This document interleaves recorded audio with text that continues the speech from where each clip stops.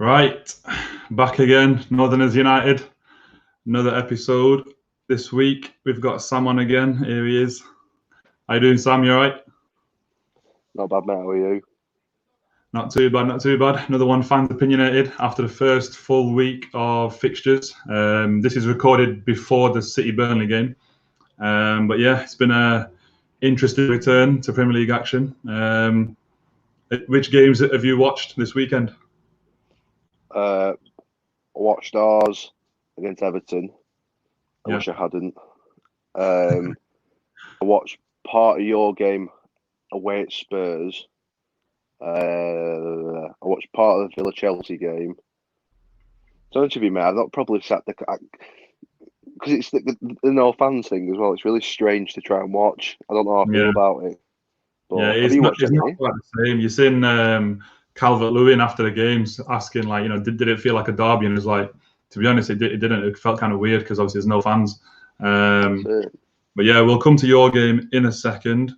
We're going to start off with mine, my team, and these two. Here they are.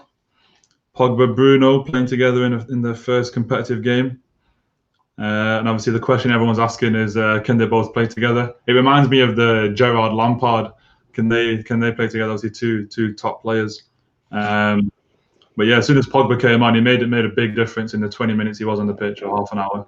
Do you see that pass? That pass to Rashford on the volley, that was mad. Like, I don't know. I don't think there's anyone else in the world that can play that ball. And I think if Rashford was more clinical, it would have been a mad goal. But yeah, it was good skill from him to get past Dyer, win the pen. Obviously, Bruno tucked it away.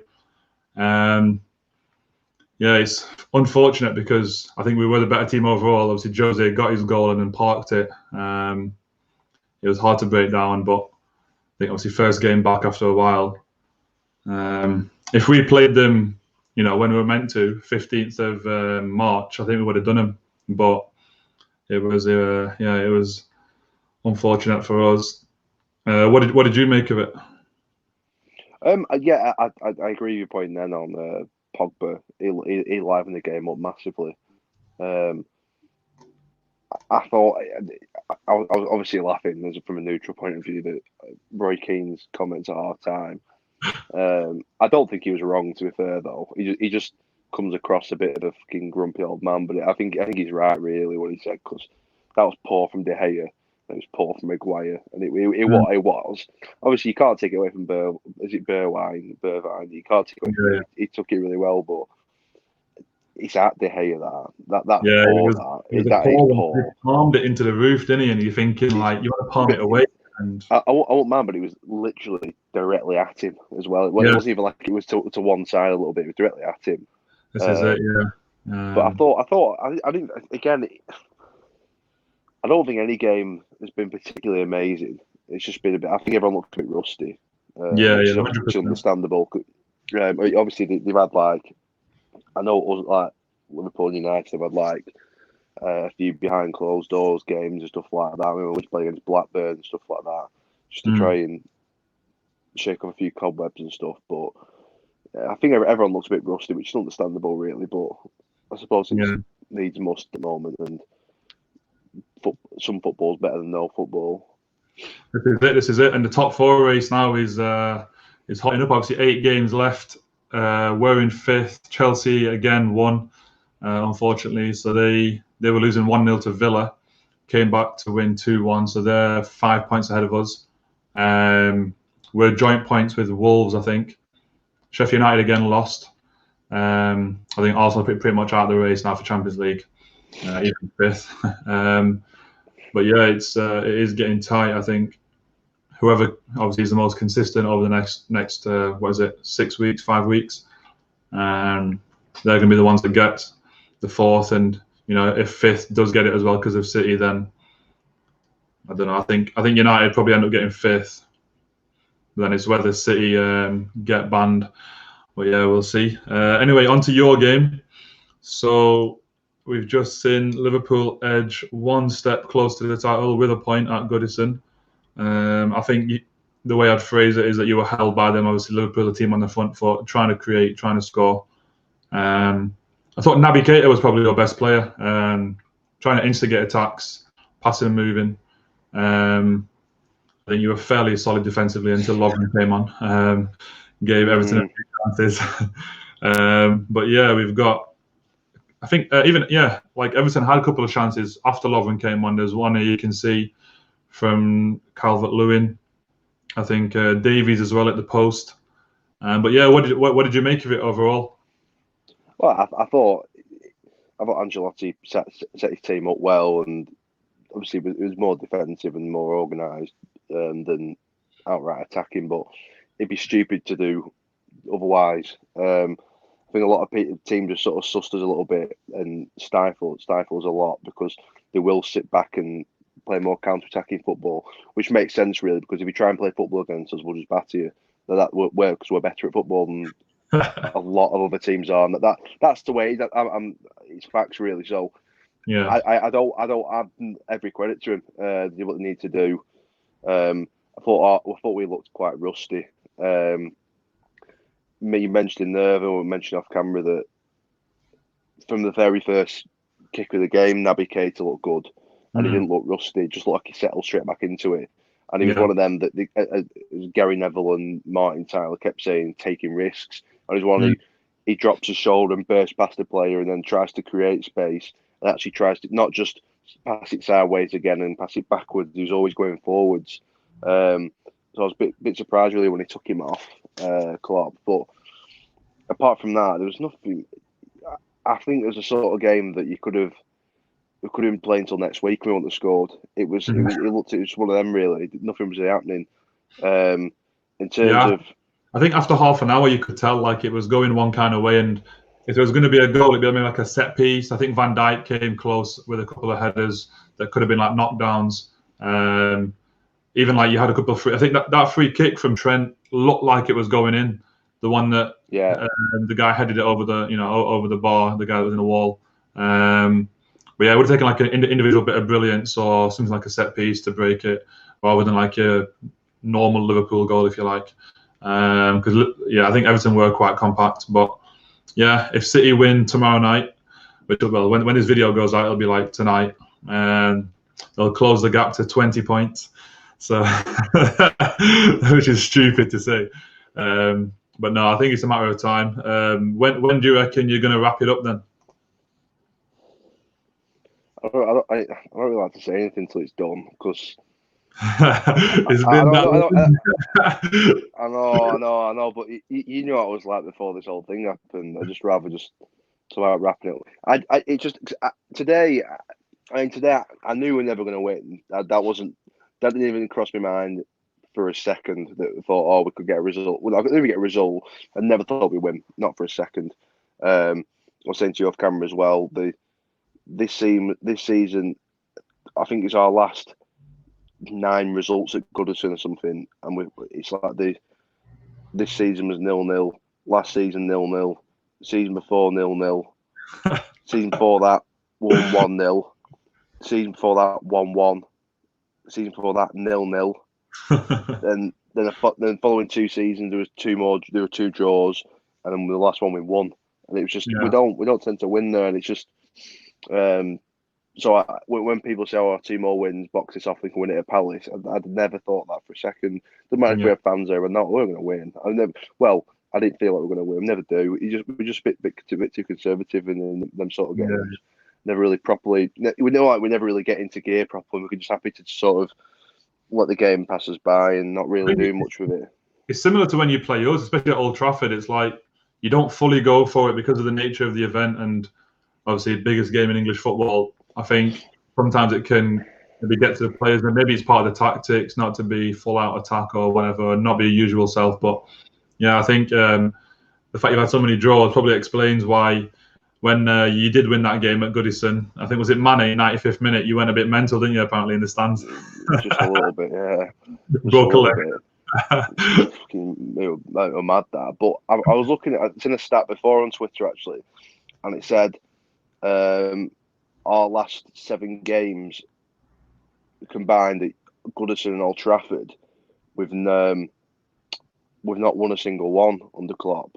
And they said the last 4 out of 5 of them 2 fixtures have all been 0-0. and it just shows that we don't really tend to go for it at our two biggest rivals, if you will. Yeah. But I also look at that and go, well, you also, when you're coming down to try and win a title, which we have, looks like we could do this season, and this season before last season we nearly won it. That we didn't have to. You don't have, like United and Chelsea and Arsenal. They've won all. They didn't go away to the top four and pace them all. They just you pick up a point away from home and stuff like that, and then them teams not gaining on you, and then you can pace the rest of the minnows and do what you need to do. So it doesn't really matter. So in that sense, I get it why he does it. You know what I mean? It's not always the greatest. They're the two teams you want to beat more than anyone, but you get it because you can't have them gain. Not that Everton are a threat of gaining. I don't mean that, but it's sort of just damage limitation. Just do it. Go away from home, get a point. It's right now. They haven't beat us. The impetus is on you at home to do something. But there's only so many big teams. Like it used to be the top four. Now maybe you can call it a top six. But if you can pace like you said, the other 14 teams, then that's where you're going to get the majority of your points, and that's where you win. That's where you win your titles ultimately. It only seems to be United and Everton that we don't really go for it. I mean, because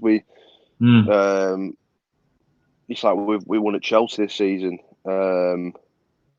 Not played Arsenal away yet, but we not played City either. But we won at Spurs. I mean, we tend to. Yeah. We don't tend to do that well at Arsenal, but we actually go for it. So you mentioned Arsenal. Really. You mentioned Arsenal. Yeah, it was an interesting game. I watched a bit of it, but yeah, it was interesting. That you saw, I think it was in the 13th minute. So it was quite early on. Leno, if we can get him on screen here, he had to get stretchered off, and you can see that number 7, Morpay for Brighton, involved in a collision with Leno after he caught the ball in midair. I'm not quite sure what injury he has got. He can kill the same day. Obviously, he sat up. I think it's his back, but I'm not entirely sure. It might be his shoulder or something. But yeah, it was a funny game, and he just happened to be the one that scored the winner in the 95th minute as well, which added to the story. But yeah, I think Arsenal, they are becoming more irrelevant by the day, aren't they? Yeah, it always seems that it just they're not the backbone for a good number of years now. It just seems to be any funny result. There always seems to be Arsenal involved in it. Yeah, they're getting pasted somewhere. Yeah. You know what I mean? It just seems to be. I've never. I think we was always saying. I've said it loads of times. It's general knowledge now, but I don't think I've really seen a team crumble as quickly. It's like it's almost like they could have a good game for 80 minutes, and then something happens, and then their arses fall out, and they don't know what to do themselves. They don't know how to They don't know how to calm down and just take control of the situation, and they just seem to be headless chickens as soon as you go 1-0 down. So absolutely smack that self-destruct button. Yeah, the mentality it's a weak mentality they've got, and I think until they sort out the defence, like for them, they won't even get top 4 until they've got a good defence, and I think that starts with an overhaul of the centre backs and maybe even a right back as well. I think left back they'll be all right with Tierney and Saka. They're all right. But I think right back and centre backs, they need to just overhaul that and get some ASAP. But yeah, Arteta's got a big one in. Well, I just couldn't understand. Obviously, it wasn't Arteta signing, but it was for years now. It's been completely obvious. And if you asked an Arsenal fan what position do they need to strengthen, it was centre half. Yeah. And then so what they did is they spent 72 million quid on a winger, which admittedly obviously is a good player. I'm not knocking that, but it was like right. So they spent 72 million quid on a winger and then brought in David Luiz, who it's the epitome of not a good defender. I couldn't understand that. I can't understand that for a second.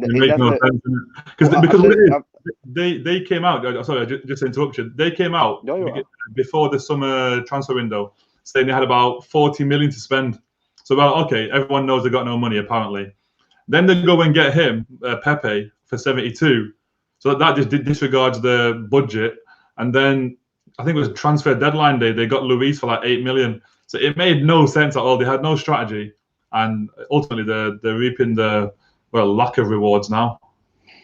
Well, that's it, and it's like I have a few good mates that are Arsenal fans. The main topic of conversation used to be when they've lost or whatever. Yeah. I'm like, why? It's just a bit David Luiz again. It's just reckless. Everything he does is just reckless, and it just seems. I don't know. It's almost like he's winding me up when he does it. I think. Are you having me on? Like, I can't actually. It's half the stuff he does, and I'm sat there, my mouth wide open, where I can't actually understand why you've just done what you've done. Yeah, he's becoming a parody. He's becoming a parody. There's nothing to do with becoming, mate. He has been for years, and it's just like that first goal with when De Bruyne put in the cross straight at him, just get in the way of it, in the way of it, or kick it away. I can't understand. It wasn't like it took a funny spin off the turf or whatever, and like because you only a commentator say, oh well, did it might have taken a funny turn or something. I think Carragher just went, no, I didn't. It's just awful, and it's like for the second one, he just gets spun, and then I know what I'll do. I'll put my hands all over him. It's like, well, yeah, he's daft. And they need to go back to basics and just get like proper defenders. If you can get like I don't know, Upamecano from like Leipzig, but even then, like who wants to go to Arsenal? It's another convo for another day. But this is the thing when you get into the depths of mid-table and mediocrity, you then struggle to get the players you need to become a top 4 club, and that's the paradox they're in right now. But yeah, I'll be surprised if Luiz is the end of the transfer window. But yeah, we've got quite a lot of games coming up, so we'll get on this probably next Sunday, next Monday, after next week's fixtures. But yeah, Sam, nice one for coming on again. I'll catch you during the week, and we'll go again next weekend. We've got loads of games now, so keep your eye on all of them. Yeah, no worries, Beck. I certainly will. Nice one, G. All right, take care. See you later, mate. You too. Safe in a bit. Guys, like the vid, smash a like on the vid below, and comment with your thoughts. Did Maupay purposely injure Leno? How far are Liverpool from winning the league? Can they win it next week? Week after, maybe at City, who knows? And United fans, let us know. Pogba Bruno, how excited are you? I think it's going to be good. But yeah, let's try and get Champions League first. Right, we will see you next week. Take care. Bye-bye.